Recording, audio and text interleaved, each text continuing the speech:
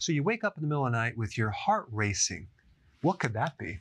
Well, the first thing you want to do is differentiate between, is your heart rate really increasing or do you have palpitations? Because they can feel very similar. And so ideally, you'd want to check your pulse to see if your pulse rate is higher. Tachycardia is a medical name for high pulse rate, over 100 beats per minute. The normal beats per minute should be around 72, but it could be actually a lot lower if you're in shape, or it could be slightly higher. Or a palpitation is a little bit different. It's not necessarily a sustained high pulse rate. The heart is flipping or flopping or speeding up temporarily or slowing down temporarily. But I do have videos on palpitation, slightly different than this. I put a link down below. But we want to talk about if you're all of a sudden waking up in the middle of the night with a high pulse rate, what's going on? Let's take a look at all the potential causes of tachycardia. Well, alcohol will do it. Too much sugar will do it because sugar depletes potassium. Potassium is kind of like a governor or a regulator of your pulse rate.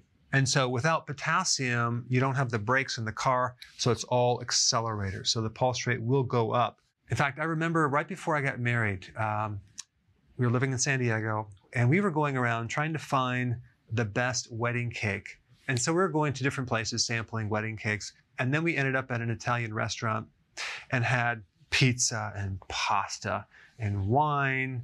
And right before their closing, I realized we were the last people left. And so the waiter said, would you like to sample some of these desserts before we toss them out? And of course, I don't want to waste any food, so we sampled everything. And so I was driving home that night with a tremendous amount of carbohydrates flowing through my bloodstream. And right when I went to bed, I noticed this large pounding in my ear. It's like boom, boom, boom, boom.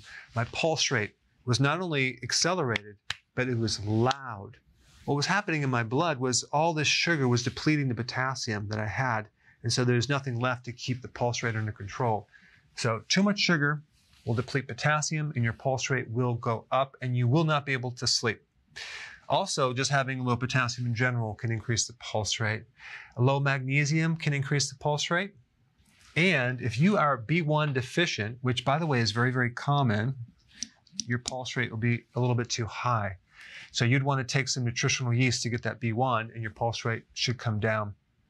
Stimulants like caffeine from coffee, also chocolate and tea will keep the pulse rate too high. An overactive thyroid will keep your pulse rate high. I did a video on this and one of the remedies is actually taking B1. Anemia can keep your pulse rate high. So that would be a lack of B12 or a lack of iron. Number 9, this is called dysautonomia. This is a dysfunctional autonomic nervous system.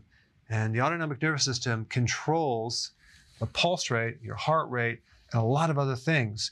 And too much stress will cause dysfunction of your autonomic nervous system. The best remedy for that would be right here, B1. Another symptom of dysautonomia would be if you were to stand up too quickly and feel a little dizzy or disoriented.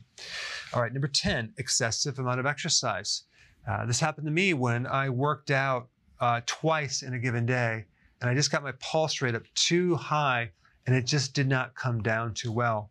So if your recovery is low or you overdo it, your pulse rate could be too high.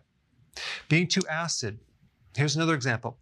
One day I drank some kombucha tea. I didn't just drink a little bit. I drank the whole bottle, which actually switched my pH to being slightly too acidic. And my pulse rate was just way too high and I couldn't sleep that night. So too much acid will increase your pulse rate and it affects your breathing as well.